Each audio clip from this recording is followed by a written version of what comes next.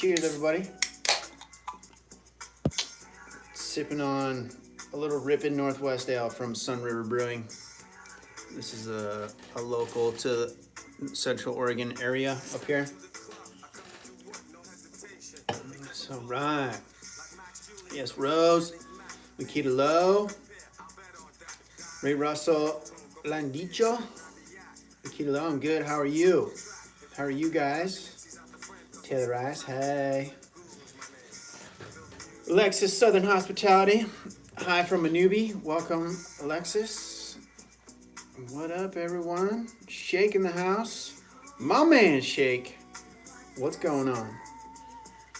So, what's going on, all?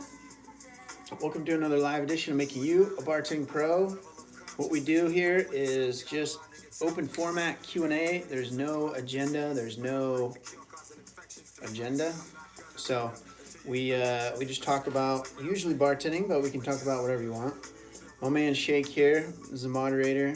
He'll answer questions on occasion, grab links to videos that are helpful, and we just generally cruise along. So if you're watching, you can ask any question you want. I'll always get to it. So if you ask a question, sometimes they come in little fits and flurries. So hang tight and we'll get a question to you. So anybody have any news? Anybody get a job? Anybody lose a job? Anybody see any crazy shit at a bar that they want to talk about? What's going on in your world out there? You can just call me Shake. Thanks for showing up tonight. The agenda is to learn. That's true. Good call, Shake. Thank you. Yes, this is true. This is true. So yeah, what's going on out there, everybody? Nothing, not a whole lot new up here that at least is in relation to bartending stuff that you guys be interested in.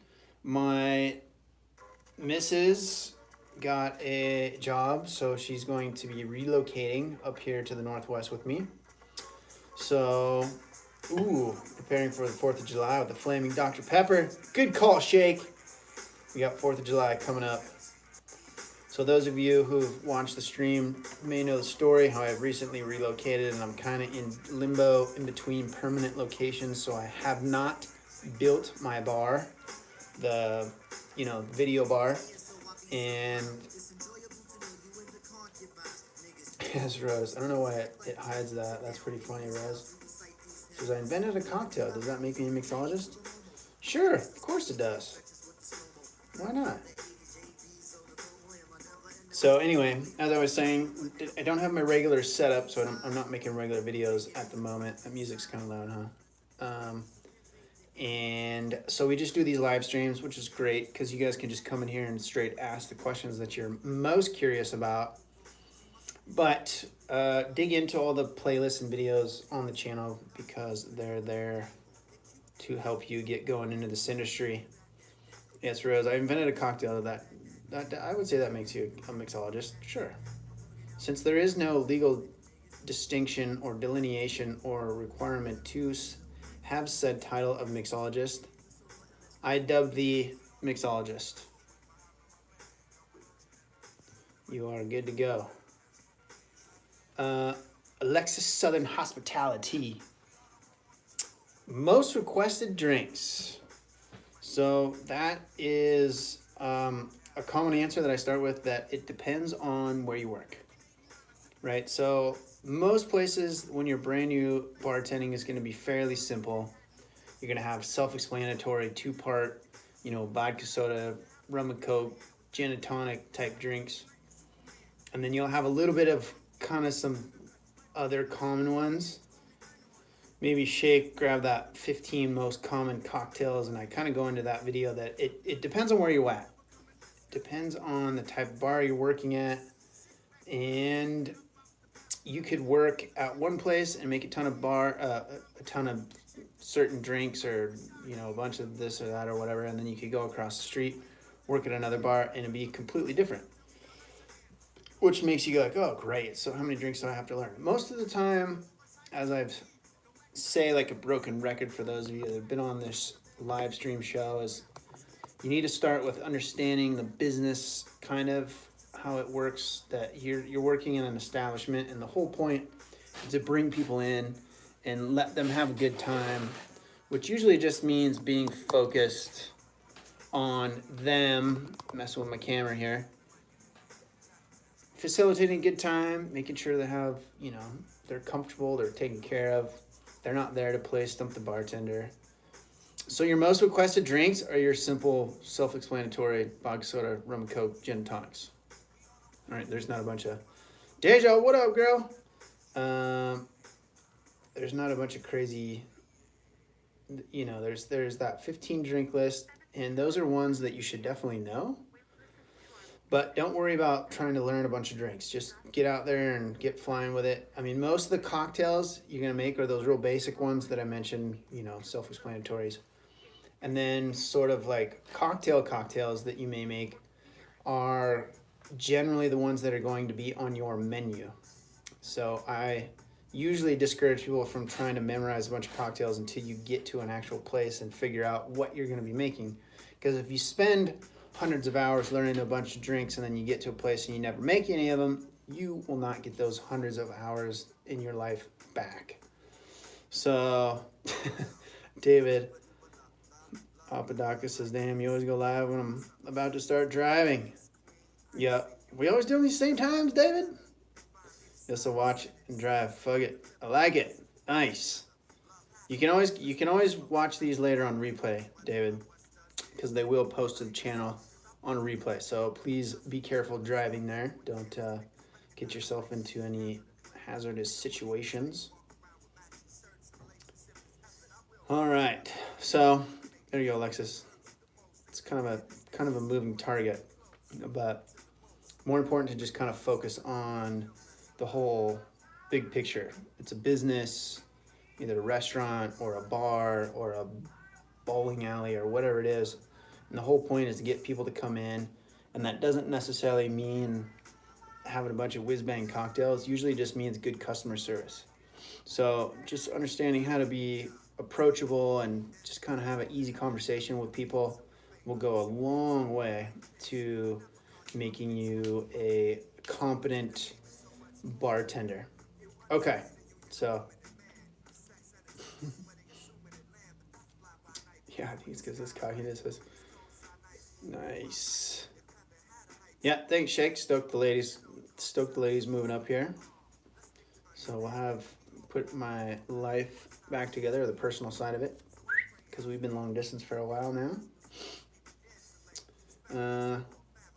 To do a tad, but whatever. Okay. Let's see. Lakita Low. Okay, French Connection.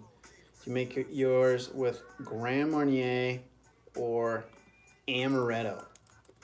That's one that I never really made that often, right? So there's a perfect example of, you know, a type of drink that may be popular at one bar, but another not so much.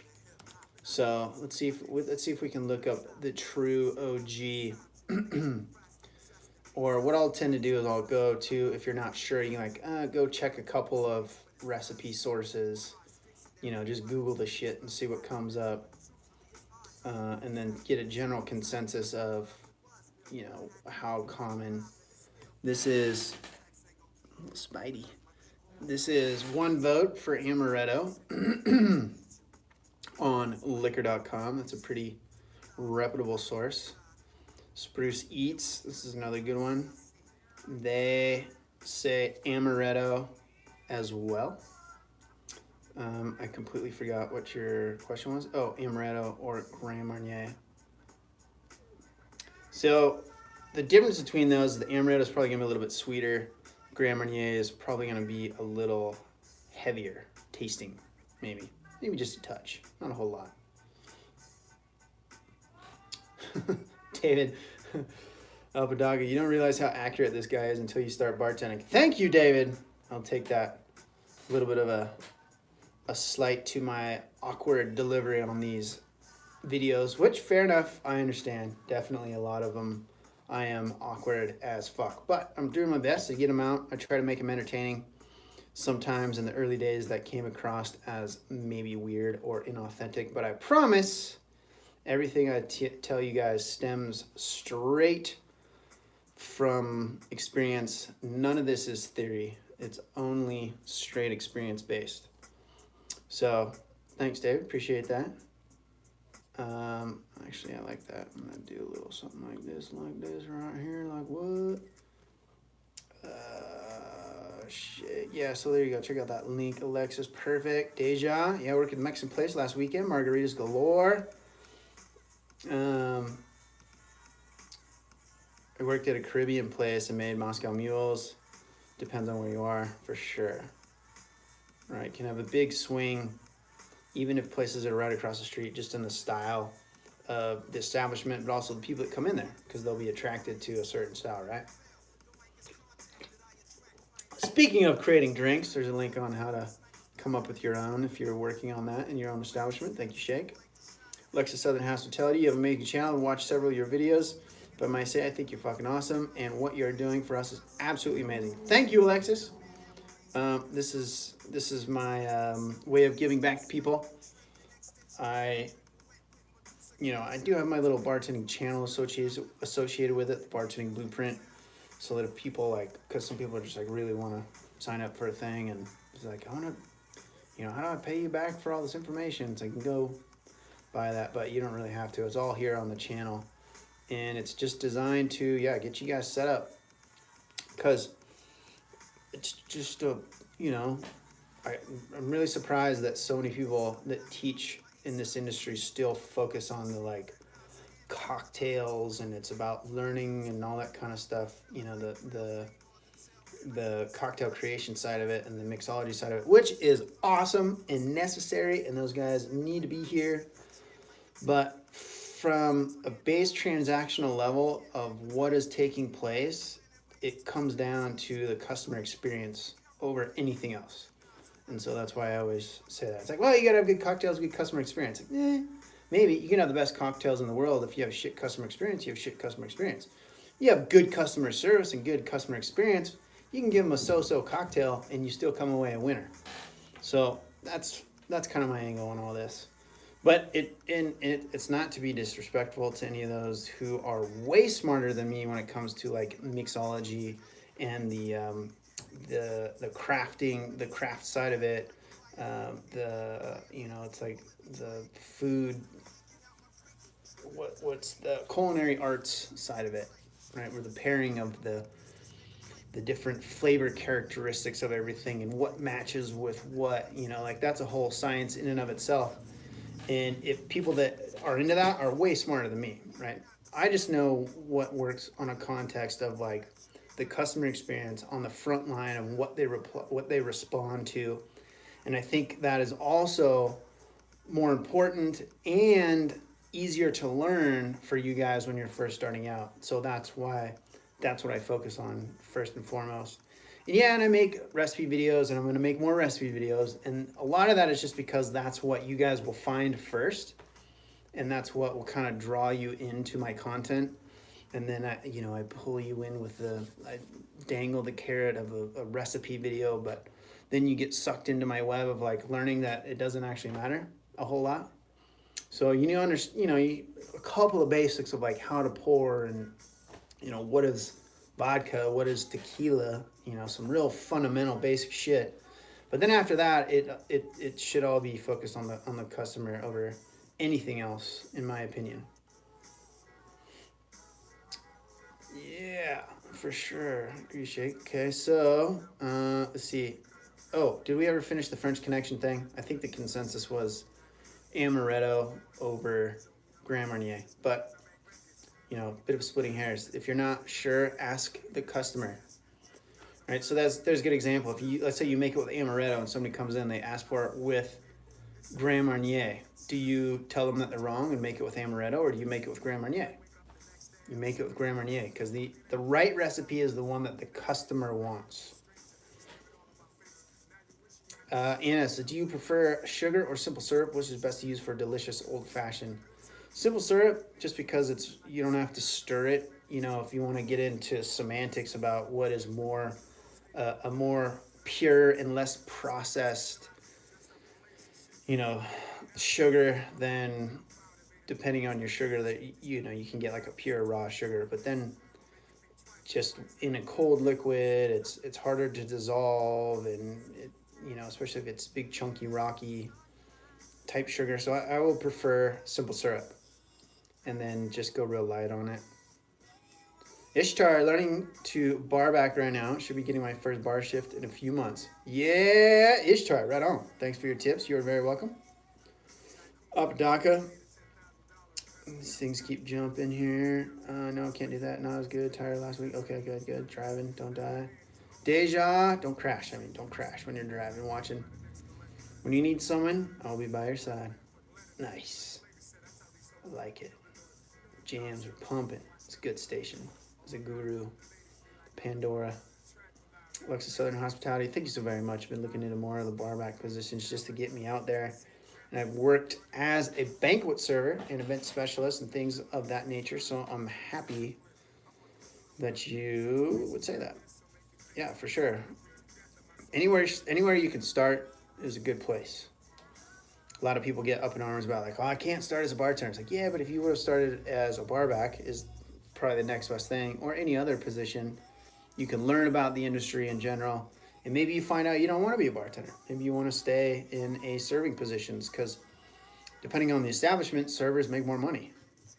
I know in our bar, certain times of the year, during the wintertime slower seasons, the servers can make as much or more than we do.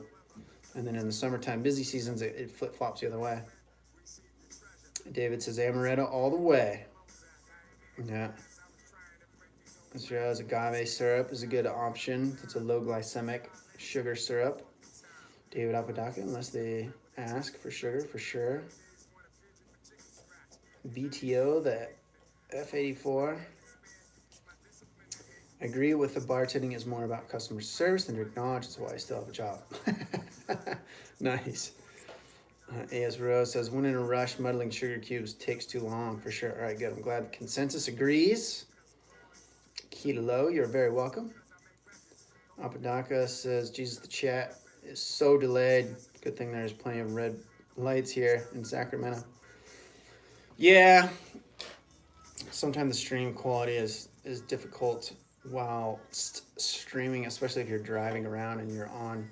Just be careful, David. You're sucking your juice of your data. You're using your data juice right now. John Torpy, have you ever done mobile bartending? Not for an extended period of time, John, but I have done some private party gigs. So I've got experience doing a few catering. You know, I worked some catering gigs at one of the bars that I worked at, and just worked my own kind of couple private party gigs for a while. Mobile bartending is a great place to get started, get some experience, get your feet wet, and it could be something that you get interested in, and it can grow into a business on its own. So that's why I always kind of keep that in the background for people, just kind of a different idea for you. If you're more entrepreneurial, maybe you are interested in running a business in the industry versus being on the front lines.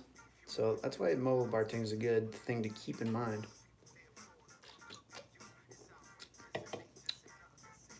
Top chat option, and then switch it to live chat.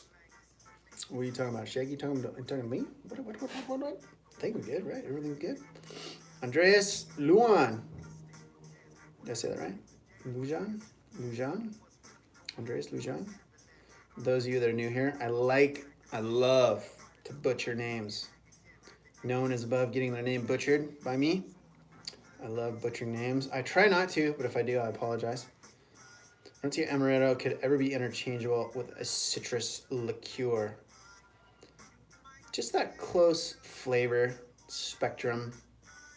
They're not a whole lot different. Like if you try them side by side, it's that kind of, it's an almond liqueur versus, I think the reason that they're similar is that amaretto has a cognac base, I believe. Is that right? As does Grand Marnier. Don't quote me on that. Let's see. amaretto. Let's see, does it have sweet Italian liquor that originated in Saronno, Italy? Di Saronno? Di Saronno. So, almonds, let's see, blah, blah, blah. Doesn't say if it's kind of a cognac style base. Bitter, blah, blah, blah. Trying to see. Cyanide. No, it's not cyanide. Despite the history, almonds, well, whatever. It doesn't say. Okay. What is orange liqueur? There's a little link there. Shake says link to go with Grand Marnier. Oh, you like? Or is that a link to go with Grand Marnier? Gotcha. Oh, I got what you're saying, Shake. Thank you. A little slow today. A little slow. Jordan Slaymaker. Glad to see you're still around. Been a few months since I've been able to watch your channel. Since then, I worked up from barback to just one of the bartenders, now head bartender and manager. Nice, Jordan. Cheers, my man. Right? My man? Yeah, my man. Cheers to you, sir. Way to get it done. Way to get it done. Just wanted to say thanks for all the tips and videos. Hey, no worry, Jordan. Stoked it's helping you out and you're moving up in the world. Susie DeLisi just jumped on. Welcome to the show. We're just cruising along here, Susie.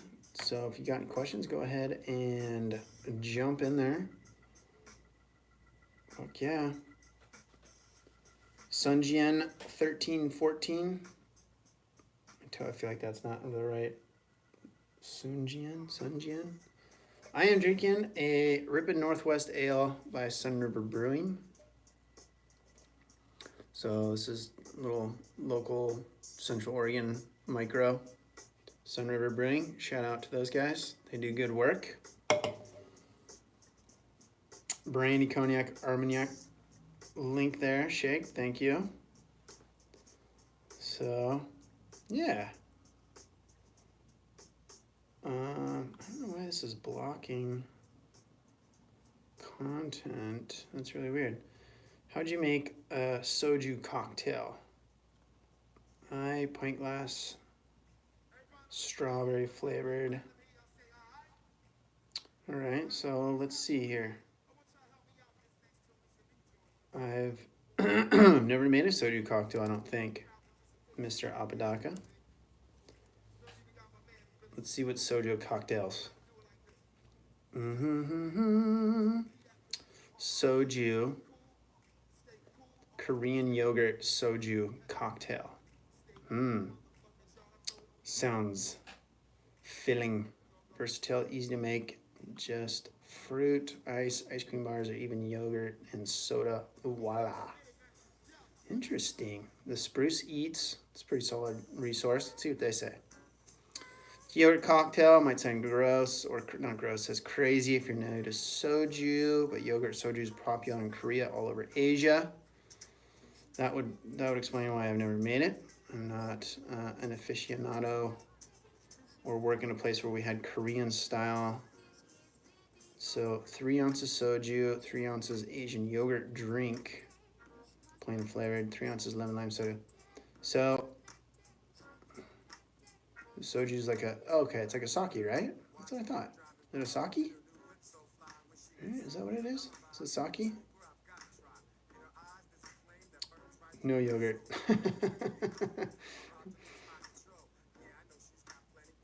Yeah. Pour soju in a glass. Bam. Yeah. Let's see what it says here. What is soju? Soju is a common, highly potent cocktail in Korea. It's made by fermenting and then distilling a mixture that contains mainly rice and a blend of wheat, barley, and even sweet potatoes, and is clear and mainly tasteless, much like vodka. So it's just kind of a generic white, clear liquor where they throw the kitchen sink in there and they make it with whatever. More about Asian yogurt, milk-based drink watery compared to the American yogurt, but somewhat similar to kefir or lassi. You could try an American yogurt. Don't have Korean, but it's probably gonna be thick. So, yeah, it's kind of like a little, almost like a rice wine, like rice liquor. So, interesting. That would be similar to yogurt and vodka, is what it sounds like. So, I'm probably gonna pass on that one. But, let's see what else they got in there. Lemon lime soda. Okay, so you put like a Sprite, 7-Up, probably put a squirt in there. So it sweetens it up a little bit. Sounds kind of heavy to me, but interesting nonetheless. So there you go, right? So this shows you that like you don't have to be an expert in every cocktail in the world. You know, doing this for 15 years, I've never even heard of that.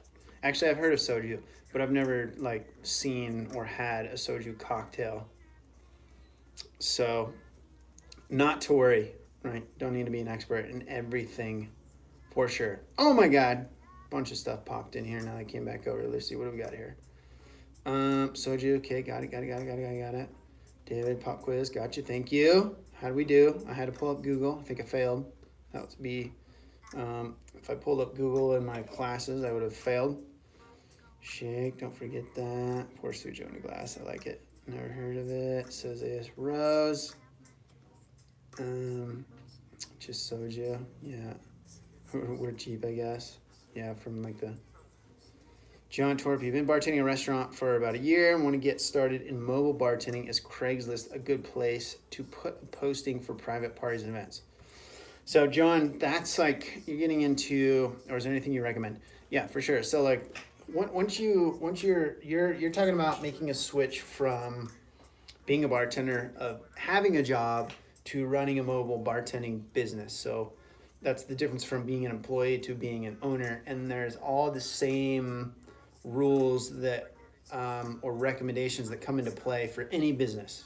So you want to research the market, make sure that there's a need there, and you want to make sure, you know, a good way to do it is if you're in a decent sized metropolitan area and there's nobody doing it, then that could be a sign that it's not a very viable market for it. It's actually good if you're in a decent sized metropolitan area if there are a couple other competitors, because that means that there's business to be done. And then you need to come in and, you know, figure out, okay, how you're going to promote it. And that's a whole other conversation of promoting businesses. And, you know, you can fall down a rabbit hole of marketing videos on YouTube, I'm sure, just as easily as you could about bartending. And millions of blog posts about marketing out there for sure. So a good thing is generally in marketing, because that's now what I do in a professional setting, is that you want to kind of have a broad spectrum. Don't put all your eggs in one basket. So you don't want to just default to the shiniest toy in the toy box. Like, don't just drive traffic through Facebook ads or Instagram ads. Also have a website that you're constantly building out and working on so it starts to rank and get you eyeballs organically. But that's a long-term play. Run ads in small local newspapers. If you are in a small market, run ads on the radio. You can usually you'd be surprised how cheap you can find some radio news spots that you can promote your business. So it goes from being an employee and just showing up and punching the clock and doing your thing to thinking about everything behind the scenes.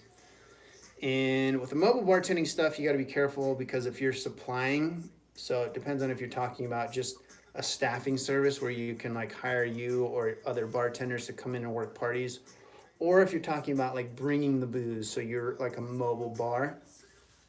The mobile bar thing I know requires a pretty substantial insurance policy, because you then become liable for the service. So if you overserve somebody, like if you're just a hired gun, if you go into a private party, generally, so don't take this for legal advice, always consult your actual lawyer.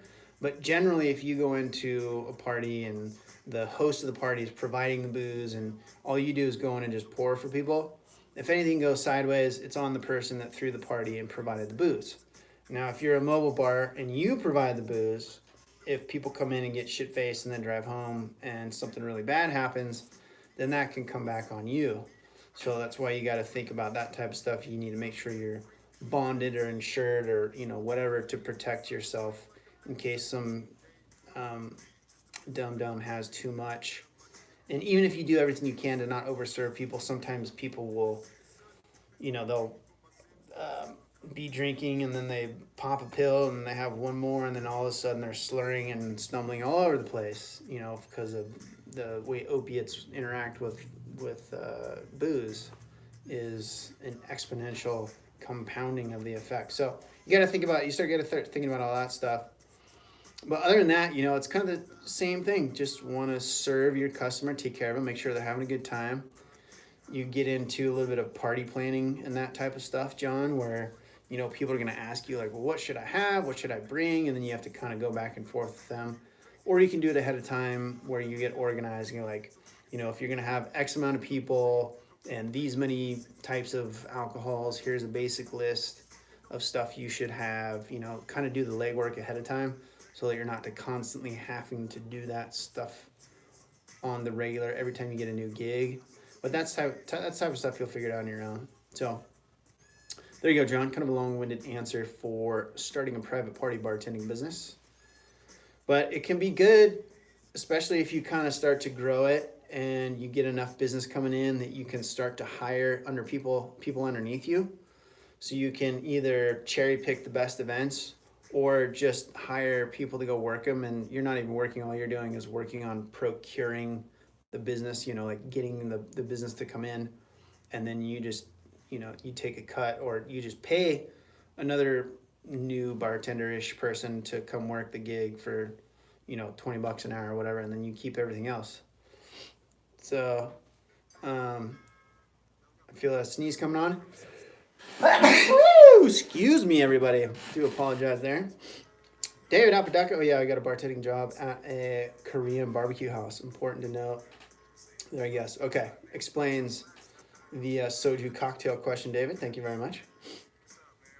When making a Vesper, what do you use in place of Kina Lillet? I just use regular Lillet. All right, that's what I've done. The answer is, and it's, you know, I'm not a Lillet connoisseur, so I've done that and it tastes delicious to me, so I would try that because that's easier to find. Susie Delisi, just got my first gig bartending for a private caterer in Chicago area. A lot of hard work, but learning the logistics of bartending and drinks. Grateful for your inspiration. Right on, Susie. Congrats to you. Cheers.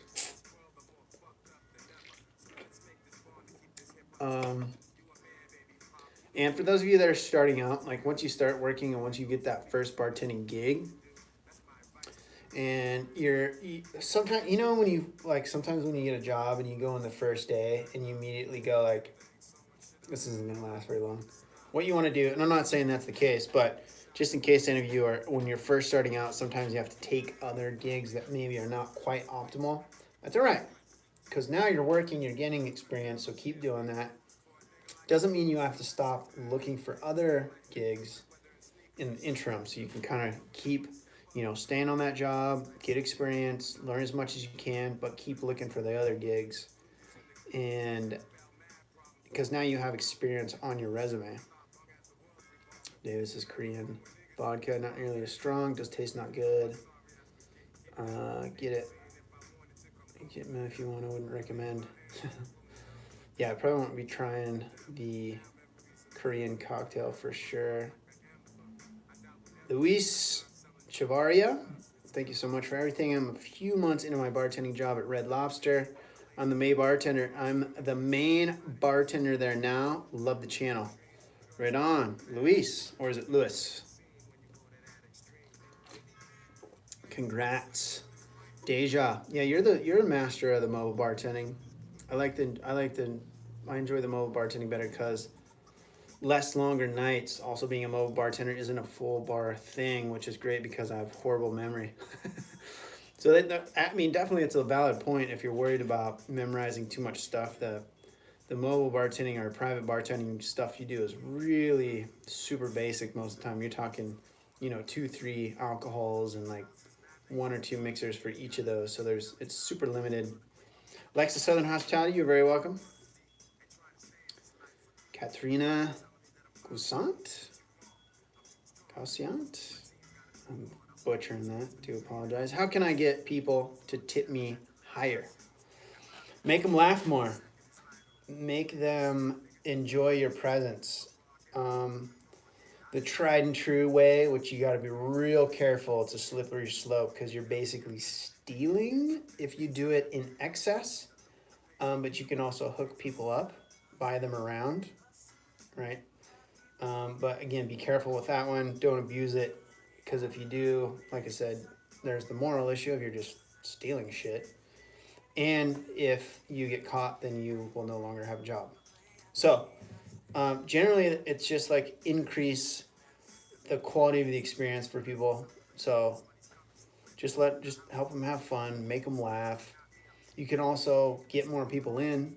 So the more you can build up your loyal following of locals, which means getting to know people's names, getting to know their drinks, getting to know them as best you can, their story, what they're into, where they work, where they live, like just befriend them, make them a friend. The more they feel like they know you and they are your friend, the more they'll generally tip you as such. So just work on building relationships with people. And that, I have found, generally correlates to better tips for sure. Flash, more cleavage. Well, I wasn't going to go there, yes, Rose, but, that is definitely a tact that works for some, for sure. John Torpy, jumped. There's a lot of factors involved that I didn't really think about. Yeah, you'll be all right, John. You can get it done. Of course, you're welcome for the info, no problem. Katrina, I'm going to call you Katrina. Katrina, is being a certified bartender the same as having a liquor license? No. So depending on where you're at in the world, most of my information is based on U.S., United States bartending. Now, in a couple of the states here, they have a certification requirement for any bartender, any server, any food runner, anybody that physically gives somebody a drink. And sometimes they call these certifications or even licenses, and that can be confusing because it's not actually like a true license in a sense that there's like, a governing body that is, a government structured thing, right? It's just the state will require that certain responsible serving certifications are held that are basically designed to prevent over-serving, so that you're not over-serving people, that you know how to identify someone who's of age or underage, that you know how to identify when somebody's had too much, and that you won't over-serve them. But that's kind of it. And that's why it gets a little confusing about the certifications in America. It's not required unless the state, like Wisconsin, Nevada, there's a couple other ones where you have to have this certification, which basically just is a responsible serving certification. Now, liquor license is generally what the bar or the establishment itself holds, which allows them, or if you're a private party bartender, you would have a different version of this, which is another expense that's extremely costly to get. Not to mention the insurance about that stuff, John, but the liquor license can be extremely expensive as well. So depending on where you're at, it's a market-based thing. Like I know when I was in San Diego, there were liquor licenses that went for anywhere from $150,000 to almost $3 million just for the license on the establishment, depending on where it's at. And if you're in markets like, LA or San Francisco or like New York City, those numbers can probably go even higher. So a liquor license is the establishment has that, and that's what allows them to sell and pour booze. A certification for a bartender in the United States anyway is usually just about responsible serving. Now, if you're outside the US, I know there's, parts of Europe where you have to have a certification for a bartender. And I don't know exactly what that entails. I've never worked in those environments, so I cannot speak to that. So there you go, Katrina. Hope that answers your question. David Apodaca says, holy crap, man, never knew that. No mobile for me. Okay, I gotta cut out now. Hope it isn't as hot up in Oregon as it is down here, sitting at a nice, lovely 99 degrees. Catch you later tonight. Yes, sir, David. Thanks for swinging by, buddy. Cheers. It's been lovely up here in Central Oregon, in the mid to low 80s most days, and it's dry here, so it's not super humid. So even though it's hot, it's not like muggy. Shake's got it. Yeah, liquor license for the business or alcohol. Certified bartender is one who went to school for bartending, received a certificate generally, for sure. But it may be different depending upon the state you're in. Susie DeLisi. Katrina, I've been in the biz as a hairstylist, and the thing is that worked best is put a $5 bill in the tip jar that is visible. Works like a charm. Yeah, for sure. And that's a way to kind of get back to the question of like, how do I get people to tip me more? That's a way to kind of get it flowing. So that's a way to kind of get, it's like nobody puts any money in there, and then when they see the money, it's like, oh, I just stuff some dollars in there. So I always do that too. Anytime when I have a bar tip jar that sat out on the bar, right when we put it out, we'd always drape a dollar bill over the top corner. Like, if this is the edge of the jar, you would put a dollar bill on it like that, so people could see that, hey, this is a tip jar. You should stuff dollars in there. And it definitely helps. So that's a good tip too. Thank you, Susie, for sharing that.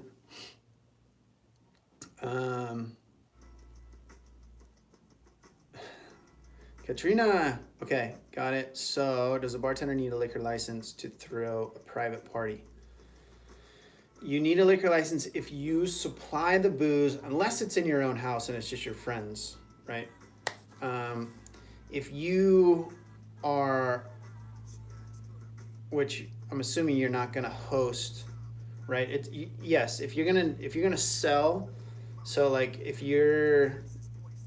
you would need the license. Like if you wanted to set up a bar at your house and have people come over and like buy booze from you, number one, the property would need to be zoned for that. If it's in a residential area, you're not going to be able to do that. So it's got to be zoned properly. And then if you want to like bring booze to a party, if that's what you're talking about, like mobile bartending and providing the booze in those type of situations, then yes, you need to have a license. And I was telling John earlier, you also need to have a really nice insurance policy, because you become responsible. Private events don't require it, from my understanding, John, depending on where you're at. They do require it, I know, in California. So yeah, it's a state-by-state basis, so you got to do your homework. And that's one, Katrina, that you need to, if you're charging. Okay. Yeah, see, it just depends on where you're at. California, you had to. And if it wasn't zoned, you couldn't do it. So you got to do your homework on where you're at. Unless you're in California, unless they changed that. But I know if it's your own private residence, it's pretty loose, right? It's kind of a gray line there. But if you're trying to like open, Katrina's bar out of your garage, and you're going to have signs and shit and kind of advertise it, then, check with your state, check with your county that you live in, do the homework through the government agencies in which you live, because they'll tell you that stuff. And if you're going to a private party and you're bringing the booze, then yeah, you definitely want to make sure that you have that figured out properly.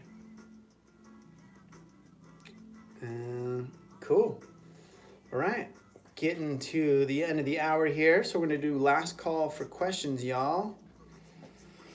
Remember to follow on all the social media stuff at Bartending Pro, primarily the Instagrams and the YouTubes. Make sure if you subscribe, you turn on the notification bells and all that kind of stuff. We do these every Tuesday night, 7 p.m. Pacific time. That's West Coast United States, like LA, San Francisco time. 7 p.m., 8, 9, 10 p.m. going across the country of Pacific, Mountain, Central, Eastern. And we're going to keep doing these probably for another couple. I'm sure sits here banging his head against the wall sometimes when some of these questions repeat, but it's good to know where kind of the vibe of where the audience is of you guys, because it's a lot of the same questions that pop up. So it's going to give me a really good foundation to move forward with the next kind of phase of videos, because I'm going to keep doing that even though I'm not physically working as a bartender anymore. I'm going to keep building out this channel because there's still just a ton. Like my to-shoot video list is tremendous, and I want to get all that stuff out.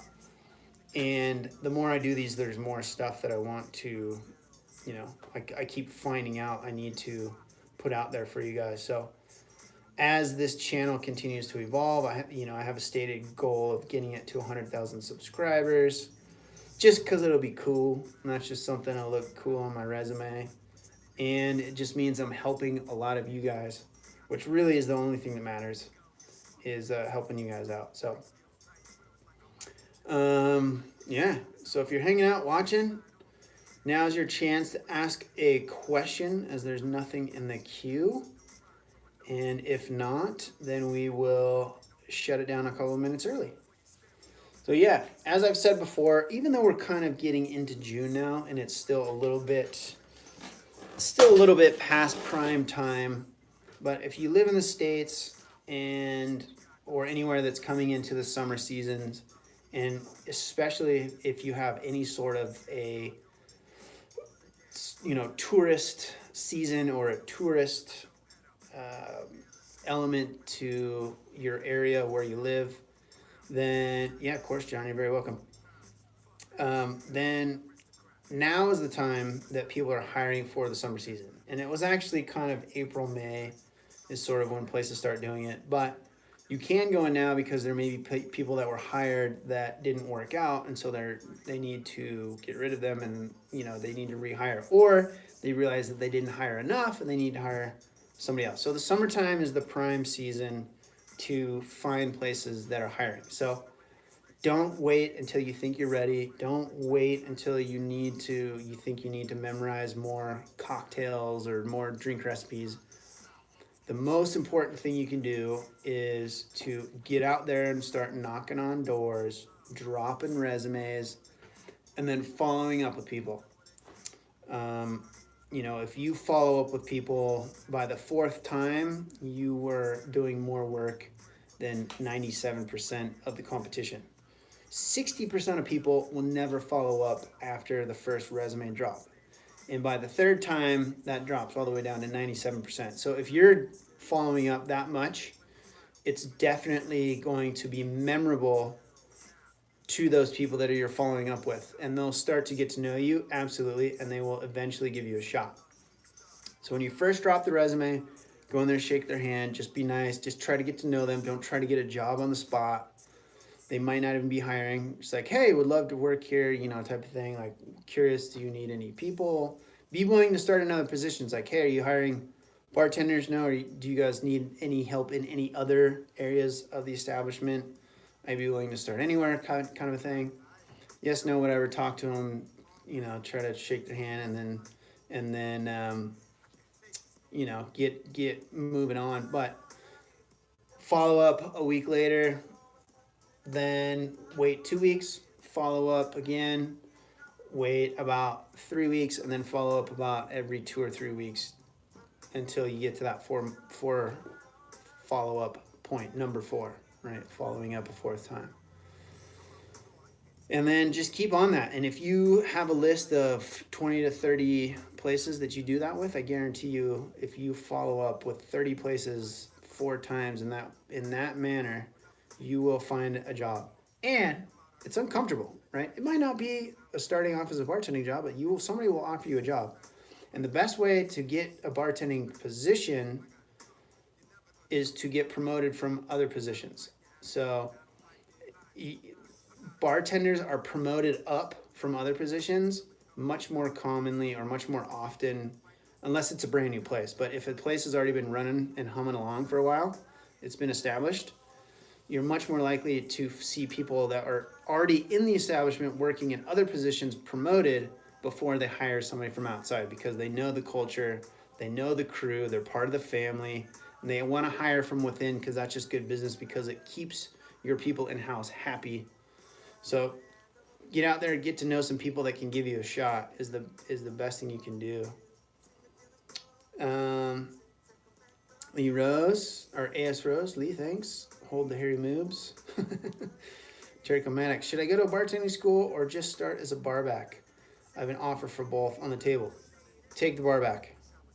Jericho, Tarico, sorry if I'm saying that wrong. Don't worry about bartending school. Totally unnecessary. Most bartenders never go.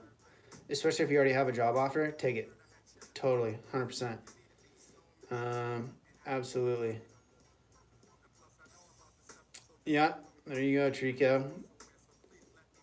John says, yeah, I never saw the point of bartending schools. I feel like you learn more actually being in a restaurant environment and dealing with the rushes. 100% agreed, John. And that was kind of the whole point of why I started this channel, is like I worked as a bartender in a busy place for 7 or 8 years, and then went into sales because I was trying just another industry, didn't like it, even though I did well. Went back to the bar world, was in the middle of the wintertime slow spot, so nobody's really hiring, right? The opposite of this season right now. That's why this is the good season to go look for a job. And I found a gig that was under the table at a bartending school after I'd been working for 7, 8 years, and then started teaching in a school, and then that's when I realized that what they teach in bartending schools and what you actually need to know as a working bartender are not the same things. Now, there's some good schools out there, and they do a lot of good to prepare you as best they can, but nothing will ever replace just getting in there and learning it and doing it. So gotta just jump in the deep end and know that you're gonna figure it out. And this job in this industry is really easy. It's really, really, really, really, really simple. You're basically just talking to people and making sure their glass is topped off and their tacos are on the way, Tarico, cool, awesome. Yeah, you're very welcome. DJ Gamer 150, working for free as a bartender, barback tender. I'm working for free as a barback bartender, though someone who wanted to take me under his wing. Oh, through someone who wanted to take me under the wing. I went to a bar school. My only struggle is drinking knowledge. I learned by doing, but I want more practice. So, are you working in a bar? Are you not doing? You're not getting practice, DJ Gamer? I'm kind of confused.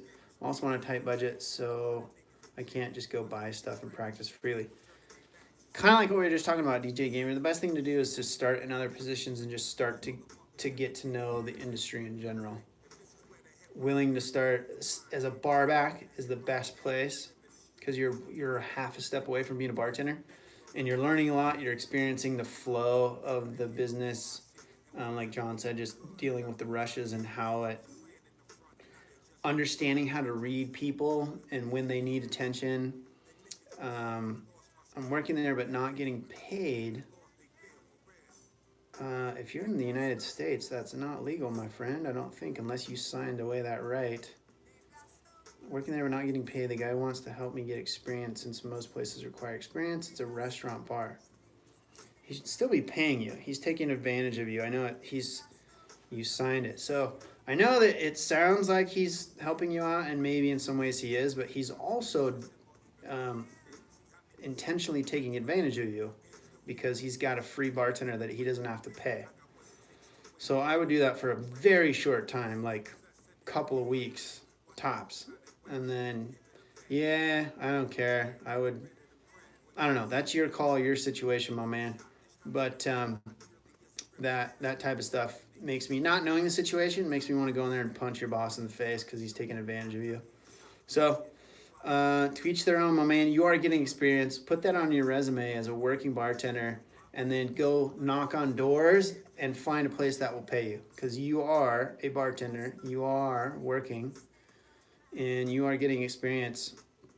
So I would continue to work at your free spot, right? If you don't want to ruffle any feathers or cause any problems, and then just go look for the next spot, right?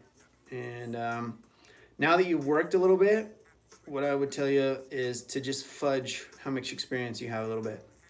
You know, ethical problems aside, I don't have a problem with you guys, you know, fibbing a little bit so that you can do what you need to do to survive. Society takes advantage of us so often that I don't care if you're doing what you need to do to put food on your table. So I would say stand on it, keep getting the experience, but go drop some resumes and try to get a place that will pay you. And Eric Lynn, thank you, channel. Like your channel. Always cheers for advice. You ever heard or Japanese style 90-minute unlimited drink bar? No. That sounds like something awesome Japanese folks would do. I've worked with and had many Japanese friends over the years, and those of them that like to drink, which is many that I've known anyway, my friends, they do like to drink. So it sounds like just a 90-minute binge session of trouble. I like that concept though. It's like, oh, you can drink 90 minutes, go. That would be crazy. Do you think it can be profitable? It depends on how many people you can sell in 90 minutes. If you break it down over like a period of over an 8-hour shift, unless you market that really well and you get them lined up, and then you can take care of them all at once and get them all paid and happy and going. Just seems like a way to just cram all your business into a 90-minute chaotic 90 minutes, and it could be challenging, but give it a shot. Let us know how it goes. I personally, if I was going to set up a bar, wouldn't do that model. I would have my own, you know, more traditional happy hour from X to Y time, and also encourages binge over drinking, which is kind of a dangerous territory if you're an owner. But DJ Gamer, actually don't mind. Actually enjoy, don't mind, and we're good friends and regulars. Know me now. Looking for spots that are hiring, but like I said, want more practice. Don't worry about how much practice you think you need, DJ. Just get out there and do it, man. And if you're happy, then hey, all good for you. All about the cocktail. What's up? All right, guys, that's it. We're going to cut it right there. Thanks for showing up. Thanks for coming in, hanging out. This has been another live edition of Making You Bartending Pro. I'm Jason. That's my man, Shake, moderating. Remember, each Tuesday, 7 p.m. Western United States time, we will do these